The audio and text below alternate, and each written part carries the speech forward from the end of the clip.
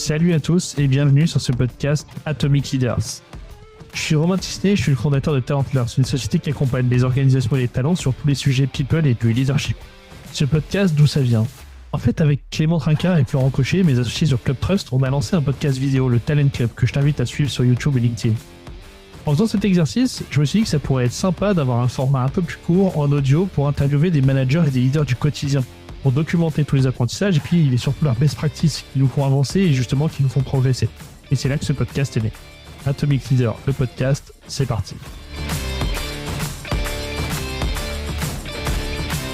Bonjour à toutes, bonjour à tous, bienvenue dans ce nouvel épisode d'Atomic Leaders. Aujourd'hui, on est avec Steve. Salut Steve.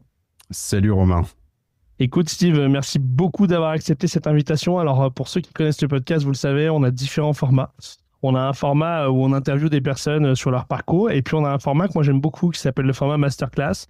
Et là, en ce moment, on a pas mal de managers qui cherchent de nouvelles solutions pour attirer finalement des équipes, des talents, etc. Et ça nous a, lors d'un échange, posé la question du personal branding. Il y a un truc qui est assez, on va dire, couru en dehors du Luxembourg. C'est pas encore un truc qui est trop connu à Luxembourg.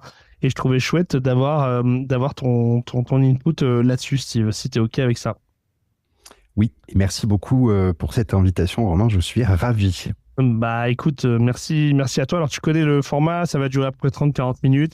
Tu parles en ton nom et pas celui de ta boîte. L'idée, c'est qu'on essaie de donner un maximum d'input et de valeur aux personnes qui nous écoutent avec des réponses pragmatiques. Et puis normalement, on coupe pas. Et si on coupe, je serais obligé de dire que tu n'as pas voulu répondre à mes questions. Mais normalement, ça devrait aller. Ça devrait aller. Allez, c'est parti. Bon, écoute, Steve, en tout cas, merci beaucoup pour ton temps. Donc, l'idée, c'est déjà peut-être de définir ce que c'est que ce truc de personal branding, parce que il y a pas mal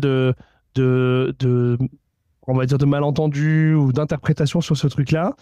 Aussi de le positionner par rapport à ce qu'est l'employer branding, même si c'est moins le sujet de l'épisode. Hein, mais tu vois, comment toi, déjà, en tant qu'expert de ces métiers-là, tu positionnes ça, et puis peut-être tu peux te dire quelques mots pour te présenter et on peut démarrer comme ça. Ouais, tout à fait. Donc, ça fait 15 ans à peu près que je vis la communication, et ça, c'est super important de faire la différence. Alors, je le vis pas comme un simple métier, mais véritablement comme une matrice et une manière de penser et de structurer, de relier. J'ai évolué dans des secteurs qui sont très différents les uns des autres, hein, tu sais, l'audit et le conseil, la tech, les institutions publiques, l'enseignement et aujourd'hui la recherche.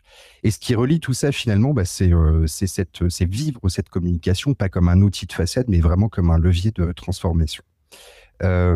Aujourd'hui, c'est aussi important de dire que donc je travaille pour un centre de recherche au Luxembourg, et l'idée, c'est que je soutiens ou j'aide en tous les cas les scientifiques à raconter ce qu'ils font pour que l'innovation soit comprise, appropriée et partagée par tous. Et c'est là où finalement le personal branding tel que je vais te le raconter aujourd'hui va avoir du sens. Alors, la question du personal branding aujourd'hui, je dirais qu'on est à un tournant qui est une sorte de bouleversement dans la vie du personal branding. Alors, pourquoi ? Parce qu'on est passé d'un modèle qui est centré sur l'individu à un modèle qui est dorénavant centré sur la mission. Okay. Et cette bascule-là, elle est profonde. Alors, petite tagline pour toi et les auditeurs, je dirais que le personal branding est mort. Vive le mouvement. Ok, c'est la tagline TikTok. Alors, je pense qu'on l'a tous vu passer sur LinkedIn. C'est ça. Je pense qu'on a tous vu passer sur LinkedIn à un moment donné une success story qui est bien calibrée et qui raconte une belle histoire. Ce qui se passe, c'est que aujourd'hui, on ne clique plus, on ne commande plus, on ne scrolle plus, on ne swipe. Enfin, on scrolle justement et on swipe to the left et to the right, si je peux dire. Alors, pourquoi ? D'abord parce que je pense qu'on sent la posture et j'ai envie de dire l'imposture, parce que c'est trop lisse, c'est trop contrôlé, c'est trop marqué. Deuxième raison, c'est que je crois qu'on arrive à un moment donné de l'histoire du personal branding où on rejette le narcissisme digital. Ok, qu'est-ce que c'est que ce truc digital, c'est une sorte on l'a tous vu, tu vois, c'est self-promotion à n'en plus pouvoir. Ces posts sur LinkedIn où chacun en fait vient faire la promotion de soi-même. Ouais. Et Bah, c'est un truc qui était initialement pas mal fait par les start-upers en France qui en profitaient pour incarner une forme de solution. Alors après, c'est vrai que ça trouve moins d'écho à Luxembourg parce qu'il y a moins d'entrepreneurs, les gens sont peut-être un peu moins libres, mais effectivement, on le voit passer dans les fils, ouais. On le voit beaucoup et je pense que c'était vraiment le personal branding d'une décennie. Donc de 2010 à 2020, on avait vraiment ces choses-là. Et je crois que ce qui est... ça ne fonctionne plus, pas parce que ça ne raconte rien, mais je pense que c'est devenu une sorte de bruit de fond, Ouais. une sorte de langue morte, où, Mhm. où en fait on a des codes qui sont recyclés d'une certaine manière à l'infini. Et Ouais. le problème, en fait, dans ce personal branding-là, je dirais dans sa première phase, en tous les cas, c'est qu'il est... c'est pas d'être visible, en fait. C'est que tout le monde parle cette espèce de même langage, utilise les mêmes termes, et au fond, bah, plus personne ne se distingue. Et en fait, d'une Mhm. certaine manière, là où il y a quelques années encore, on disait parler d'authenticité, de storytelling, etc., aujourd'hui, on a finalement transformé cette authenticité en stratégie. Ouais. Et souviens-toi, un des process du storytelling était de créer de l'émotion. Et ben finalement, aujourd'hui, l'émotion, c'est devenu une sorte de KPI. Ouais. Le résultat, bah, grosse fatigue, Mhm. crise de sens et rejet du vernis. Ok. Ah ouais, attends, on voit qu'on est avec un communicant sur la tagline qui elle est très très fort, mais quand tu dis rejet du vernis, en fait, quand tu dis grosse fatigue, c'est quoi? C'est en fait, comme beaucoup de personnes l'ont utilisé un peu à outrance, en fait, maintenant, on n'est plus attentif à ces signaux-là. C'est ça que tu t'appelles la grosse fatigue finalement? Ouais, c'est ça. Alors, il y a en effet d'un côté, il y a eu une espèce de Facebookisation aussi de LinkedIn. Ouais. Le personal branding qui est venu un peu aussi se mélanger avec un certain nombre ou en tous les cas, qui a glissé vers les codes Facebook aussi de plus en plus. Et finalement, on n'a plus du tout envie de cliquer, ça nous parle plus parce que le discours est devenu finalement très corporate. Mhm. Et au fond, je pense qu'il y a un vrai basculement qui est passé de l'individu, donc de la self-promotion, Ouais. à la mission. Et ça, en fait, aujourd'hui, c'est finalement, les gens, c'est plus, ne suivent plus un individu, mais plutôt ce que cet individu-là incarne, ce qu'il défend et ce qu'il veut changer de manière générale, la mission ou les valeurs qu'il veut incarner. Et, Ok. et on est vraiment passé dans une bascule du je me raconte à je relis. Et ça, c'est le Ok. vrai branding en 2025. On n'est plus dans un monologue, on est vraiment dans une mise en lien. Mhm. Ça implique, ça implique un changement de posture qui est fondamental. C'est-à-dire qu'on n'est plus le centre de la scène, on est le vecteur d'un projet qui est beaucoup plus grand. Mhm. Le discours, il doit porter sur un cap, sur une cause, sur un futur qui est désirable. Et ce basculement-là, bah, il transforme un profil LinkedIn en plateforme d'engagement finalement. Ok, donc en fait, ce que tu dis, c'est un petit peu, moi je fais le lien avec tout ce built-in public qu'on voit au niveau de l'entrepreneuriat, mais simplement là où eux le font juste en racontant leur aventure entrepreneuriale, toi tu dis que même finalement pour un employé ou un salarié qui n'est pas entrepreneur, quelque part, c'est un outil qu'on peut utiliser pour raconter finalement, enfin pour mettre en lumière une communauté, pour mettre en lumière ce que tu appelles la cause, la mission. J'essaie juste de trouver un exemple concret pour un manager. Ça serait quelqu'un qui met en avant ses apprentissages sur différents sujets avec son équipe. Enfin, quelle forme ça pourrait prendre? Ou tu as des exemples? C'est exactement ça en fait. C'est que en fait, si je reprends juste un petit peu la question en tous les cas du personal branding qui est lié à une personne, je Ouais. crois que c'est important de revenir juste sur ce point-là de bascule aussi qui est, et notamment avec l'évolution des réseaux sociaux, c'est que typiquement sur LinkedIn, on n'est plus du tout sur une plateforme qui va permettre de uniquement présenter son CV en version storytelling, Ouais. mais plutôt de le transformer en vrai manifeste. Mhm.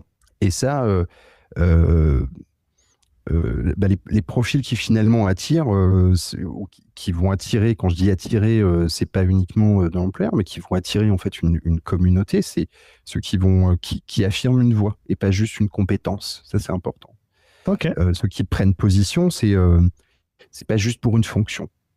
Donc, on ne suit plus en fait des profils experts, mais des profils qui sont engagés.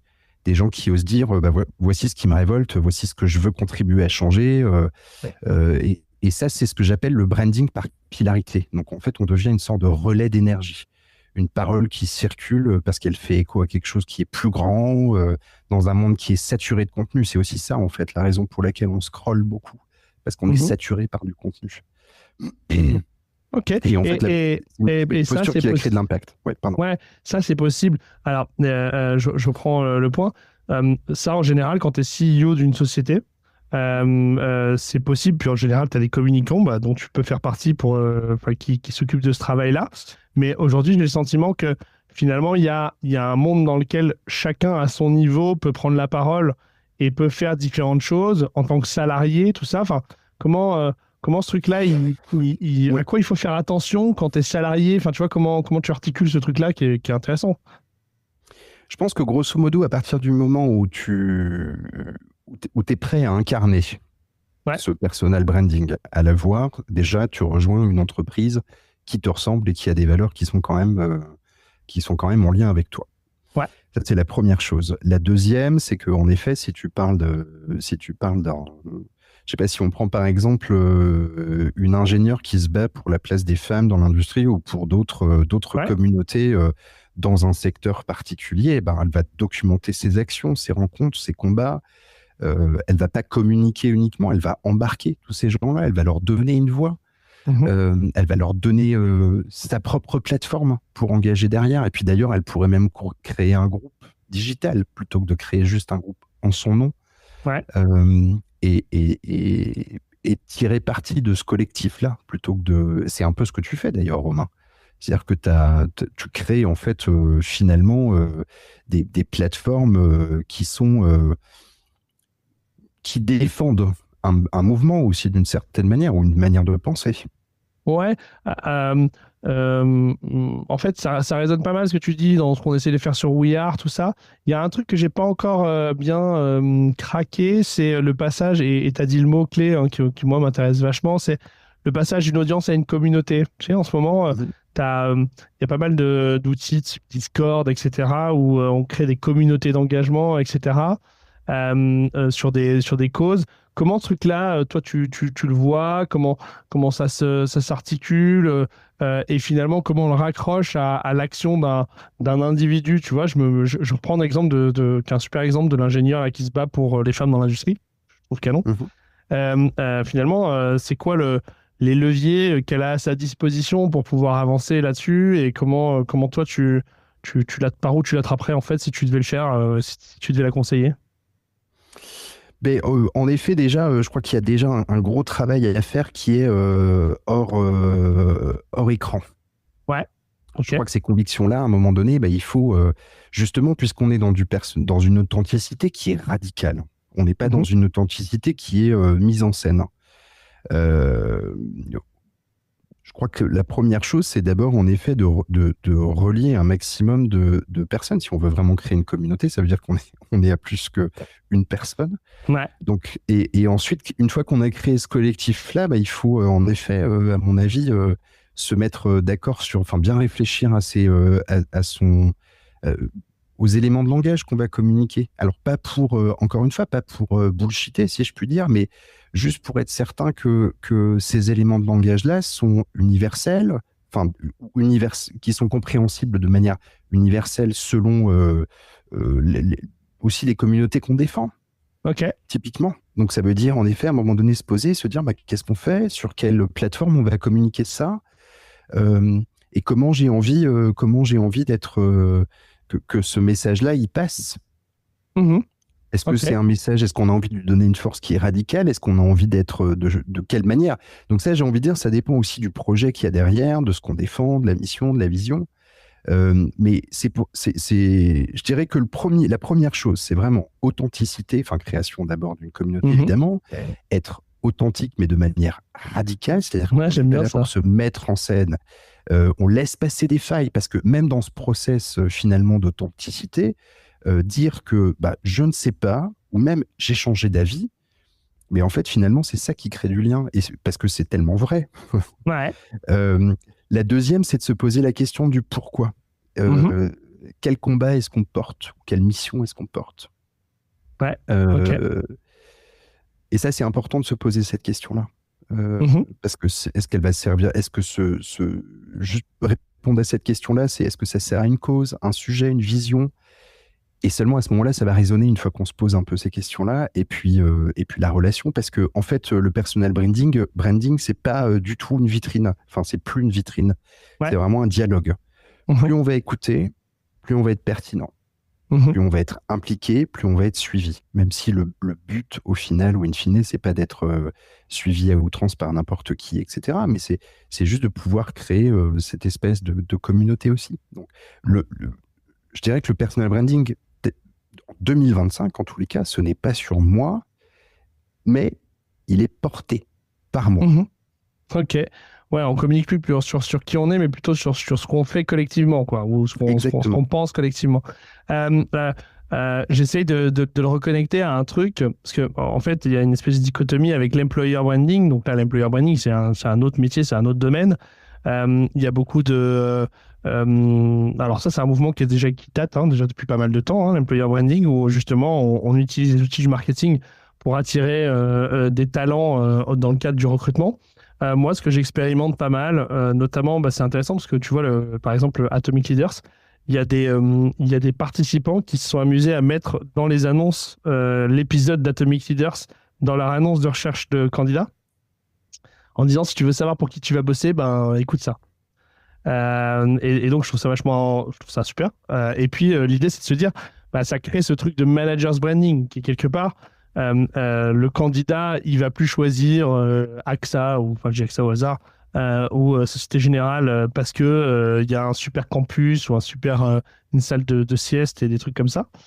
Mais il va aller se connecter au personal branding de son manager. Et en même temps, le manager, il est employé par la boîte, il n'est pas totalement libre sur sa communication.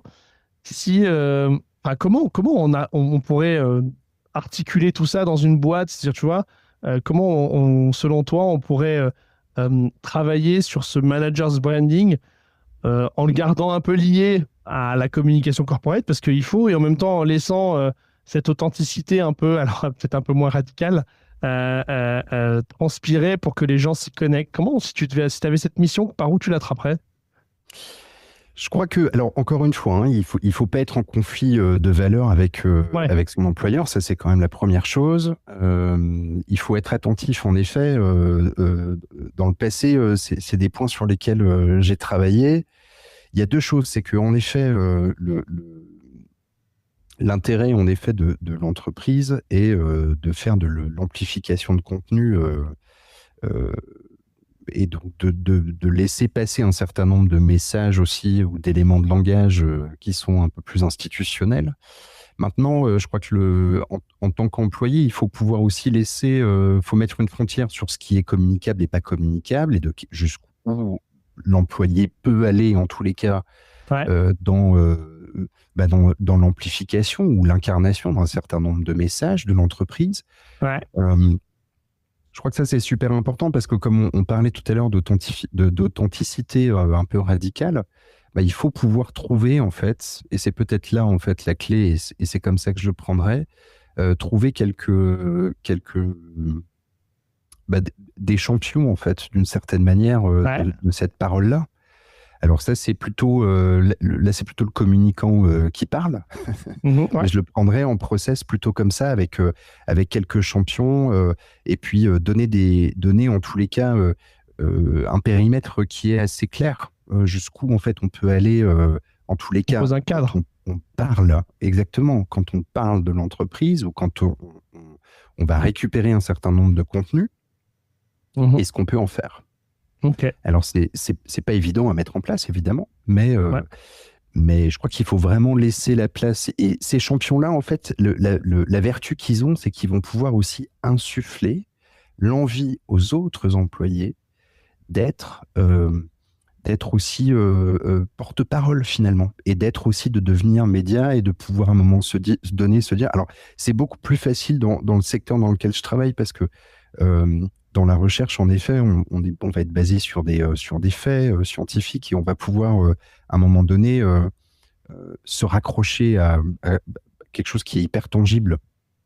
Ça l'est peut-être un peu moins pour d'autres secteurs où il y a des données qui sont plus sensibles. Ouais. Mais je crois qu'il faut pouvoir, si on a des managers typiquement qui sont enclins à défendre un certain nombre de valeurs et à les incarner, mais magnifique pour tout, pour l'employer's branding, pour la marque, pour absolument tout. Bah, et même pour leur...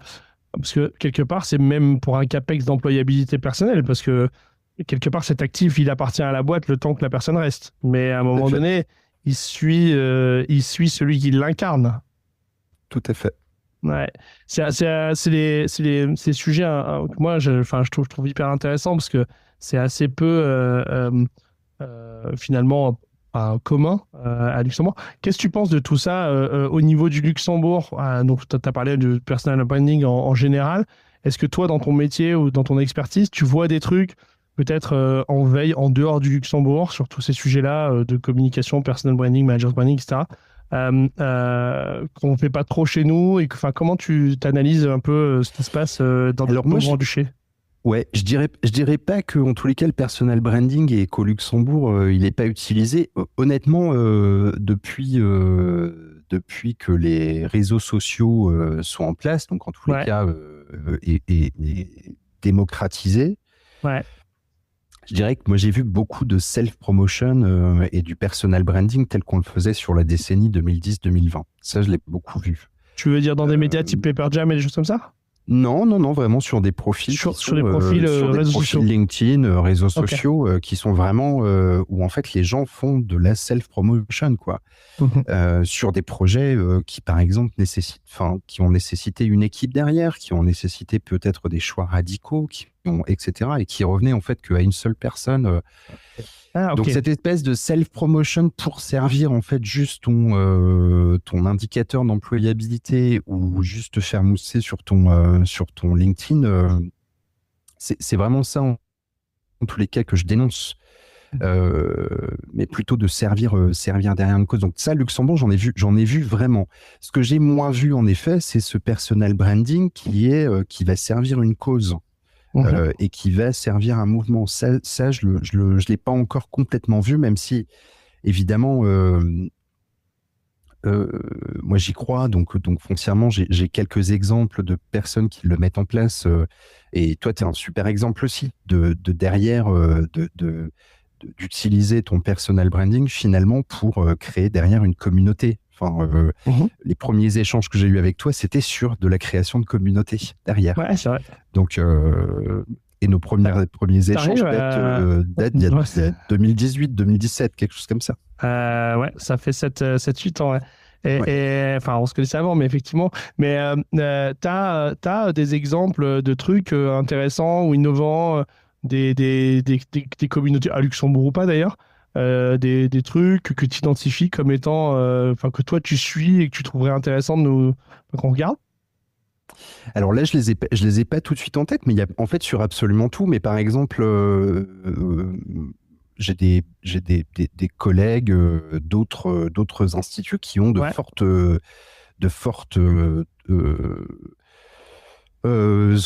forts engagements en tous les cas sur certaines thématiques et qui vont utiliser directement leur personal branding en tous les cas. Leur personal branding est devenu en fait un mouvement derrière pour avoir un impact réel par exemple, on connaît les problèmes géopolitiques aujourd'hui, mais qui vont vraiment l'utiliser pour fédérer, pour acheminer un certain nombre de médicaments dans les pays qui ne peuvent pas avoir accès à ça, qui vont soutenir des causes ou des gens qui sont en galère dans ces pays-là, que ce soit l'Ukraine, le Liban, etc. Et tout ça, c'est des super exemples parce que c'est des gens qui ont plus besoin en fait uniquement ou ne ressentent pas ce besoin de narcissisme digital et qui vont se servir des plateformes, de ces plateformes aussi, pour vraiment créer derrière une émulation, un rassemblement et un peu casser les codes. Donc malheureusement, moi j'ai un peu trop vu cette espèce de narcissisme digital qui est aussi, hein, je parlais tout à l'heure de Facebookisation de LinkedIn, Ouais. Instagramisation aussi, où en fait les gens, la photo est trop belle, on vit avec des filtres tout le temps. Mhm. Bah, c'est pas que ça en fait. Finalement, on peut aussi soutenir des gens qui sont directement, enfin faire des levées de fonds avec son LinkedIn, Mhm. créer vraiment une émulation. Donc ça, je l'ai pas encore vu. Ça, vraiment, cette question de personal branding de 2025 en Mhm. version mouvement, ça vient vraiment pour moi que j'ai pu voir soit de manière très niche ici au Luxembourg, Ouais. soit que j'ai pu voir en France ou au UK. Ouais. Ok, c'est intéressant. Peut-être une dernière question qui me vient là, c'est au niveau des outils. Tu vois, aujourd'hui, un manager qui nous écoute et qui se dirait, bon, allez, vas-y, j'ai des problèmes de recrutement, je vais travailler sur ce truc-là avec moi et mon équipe. Alors, pas en mode selfish, mais plutôt en mode, allez, vas-y, je vais commencer à parler de ce qu'on fait, de ce qu'on met en place, pour commencer à incarner personnellement, collectivement. Quel genre d'outils, enfin, en fait, on connaît les outils classiques des réseaux sociaux. Toi, tu préconises quel outil? Alors, tu parles pas mal de LinkedIn. Est-ce qu'il y en a d'autres? Est-ce qu'il y a d'autres médias ou d'autres trucs que toi, tu identifies comme étant utiles sur ce genre de choses? Est-ce qu'il faut écrire un livre? Est-ce qu'il faut se faire un serveur Discord? Enfin, par où tu l'attraperais? La première question, c'est d'abord ça reste quand même avant de parler des outils et avant de parler, enfin pour moi tout ça, enfin les outils, ça reste quand même, ça reste finalement la forme. Ouais. Mhm. La forme, c'est toujours très cool, mais il faut quand même d'abord se poser la question du pourquoi et pas du pitch. Enfin, Ok.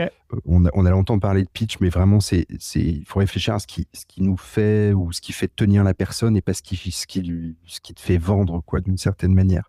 Donc, il Mhm. faut vraiment commencer à déjà écrire en fait un certain nombre d'éléments, à parler aussi, à partager avec les gens. Il faut le faire pour les autres. Et après, je crois que LinkedIn, c'est un très très bon démarrage pour lancer des conversations. Aujourd'hui, en tous les cas, au Luxembourg, ça marche très bien. Et puis, quand on Mhm. veut prolonger un peu et aller au-delà du cadre de LinkedIn, je crois que faire des vidéos, c'est très bien aussi avec des outils ou des plateformes comme YouTube, ça marche très bien. Ouais. Transformer son Instagram aussi en plateforme aussi pour mettre en valeur les gens, pour faire du réel et puis montrer aussi un certain nombre de choses, ça marche très bien. Puis Ouais. pourquoi pas faire un blog ou un podcast, regarde, ça fonctionne très bien. Ouais, ouais. L'Instagram, moi, je t'avoue que j'ai vachement de mal à aller là-dessus. C'est-à-dire, en fait, j'ai du mal à identifier Instagram comme un vecteur sur une mission professionnelle. Enfin, tu vois, tu conseilles de garder, enfin, de séparer les deux ou tu te dis que ça peut être, tu peux faire du repurposing entre les deux réseaux. J'ai le sentiment que c'est très différent d'un LinkedIn. Ouais, alors c'est très différent, mais je pense ça peut être complémentaire selon, encore une fois, c'est selon ce qu'on en fait. Instagram, et de toute façon, de manière générale, dans les réseaux sociaux, on peut très vite tomber dans des bulles digitales, c'est-à-dire qu'en fait, ton Mhm. algorithme va te donner finalement ce que tu consommes toi, Ouais. en tant que, en Donc, tant ce que tu me dis, c'est que sur mon qu'utilisateur. Instagram, ce que tu me dis, c'est que si je dis ça, c'est que sur Instagram, je ne regarde que des trucs a priori plus perso. C'est une manière un peu chic de dire ça. Merci pour ça. Mais je pense qu'en fait, grosso modo, ça peut être une voie complémentaire, en tous les cas, à explorer, parce que, en fait, encore une fois, si maintenant on parle d'outils et de support, Mhm. bah, c'est pas mal de varier aussi, de varier les plaisirs, de passer du mot à l'image, la vidéo, Instagram. Alors pas parce que c'est Instagram, mais on peut penser ce qu'on veut en fait de chaque plateforme. Mais on a un certain nombre de spécificités. Par exemple, faire du réel sur LinkedIn, c'est juste pas possible. Parce que ils essayent, mais c'est plus pas... landscape, mais ça fonctionne pas vraiment. Maintenant, si on veut en effet partir sur quelque chose qui va être aussi ou partagé, puisqu'on parlait tout à l'heure de partage, d'authenticité radicale et de partager les combats qui nous animent. Logiquement, si tu défends, je sais pas moi, la cause environnementale, tu devrais pas avoir des photos de bagnole sur ton LinkedIn, sur ton Instagram, quoi. Ouais, donc il y a une cohérence de la ligne éditoriale, quoi. C'est ça, exactement. Ouais. J'ai dit que c'était la dernière, mais en fait j'ai menti, j'en ai une autre. Au niveau du personal branding en B2B, du moins à Luxembourg, c'est pas mal utilisé, moins du côté authenticité pour créer du lien, mais plus d'un point de vue faire autorité sur un sujet. Tu vois, être légitime ou identifié comme expert. Pendant un moment, pour faire ça, il fallait passer dans le journal, écrire un livre et faire un TED Talk. C'est toujours vrai en 2025 ? Je crois que le livre, c'est une bonne idée. En tous les cas, si c'est pas un livre physique, ça peut être très facilement, encore une fois, une plateforme blogging pour partager ses convictions.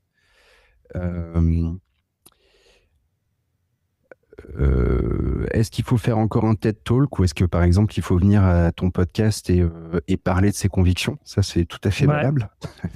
Ok. Je crois qu'il faut utiliser chaque plateforme possible et imaginable. Il n'y a pas vraiment... Je dirais pas qu'il y a une combinaison un peu gagnante pour faire ça, pour ces sujets, mais il faut être le plus...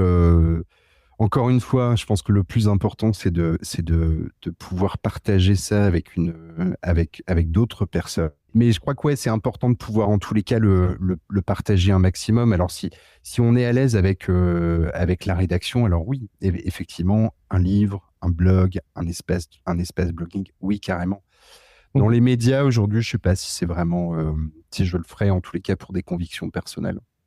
Ok, ouais, tu dis les médias, il est plutôt par la partie pro. La partie corporate. J'utiliserais peut-être moins la presse tradie, en tous les cas. Ok, super. Est-ce qu'il y a un truc dont tu avais imaginé qu'on discuterait et sur lequel je ne suis pas allé et qui pourrait nous intéresser ? On a été sur tous les sujets. Ouais, c'est bon.